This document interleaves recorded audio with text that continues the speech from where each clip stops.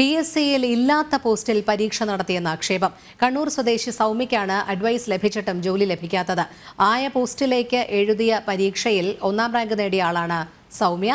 ഡിപ്പാർട്ട്മെന്റിലെത്തിയപ്പോഴാണ് ജോലിയില്ലെന്ന മറുപടി സൗമ്യയ്ക്ക് ലഭിച്ചത്. അർജുൻ PS ചേരുന്നു. അർജുൻ, വിവരങ്ങൾ.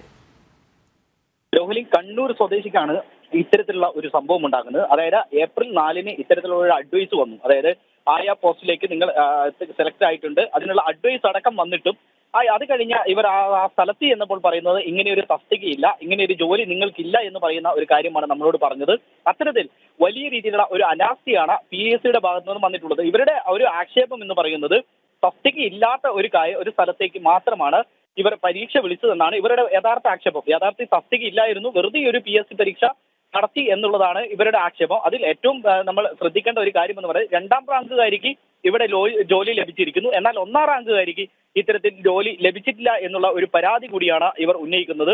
അത്തരത്തിൽ വലിയ ഗുരുതരമായ പരാതിയാണ് PSCക്കെതിരെ ഇവർ ഉന്നയിക്കുന്നത്. PSC കഴിഞ്ഞതിന് ശേഷവും ഇവർക്ക് റാങ്കിൽ 1ാം റാങ്കാണ്. അത്തരത്തിൽ 1ാം റാങ്ക് ലഭിച്ച ഒരാൾക്കാണ് ഇത്തരത്തിൽ ആയ പോസ്റ്റിലേക്ക് ഇതുവരെയും ഒരു അഡ്വൈസ് മെമ്മോ കിട്ടിയിട്ട് പോലും ഇതുവരെയും ജോലി ലഭിക്കാത്ത ഒരു സാഹചര്യം ഉണ്ടാകുന്നത്. അവർ നമ്മളോട് പറയുന്ന ഇപ്രകാരമാണ്: ജനുവരി 4-നാണ് ഇത്തരത്തിൽ തനിക്ക് ഒരു അഡ്വൈസ് മെമ്മോ തന്നത്.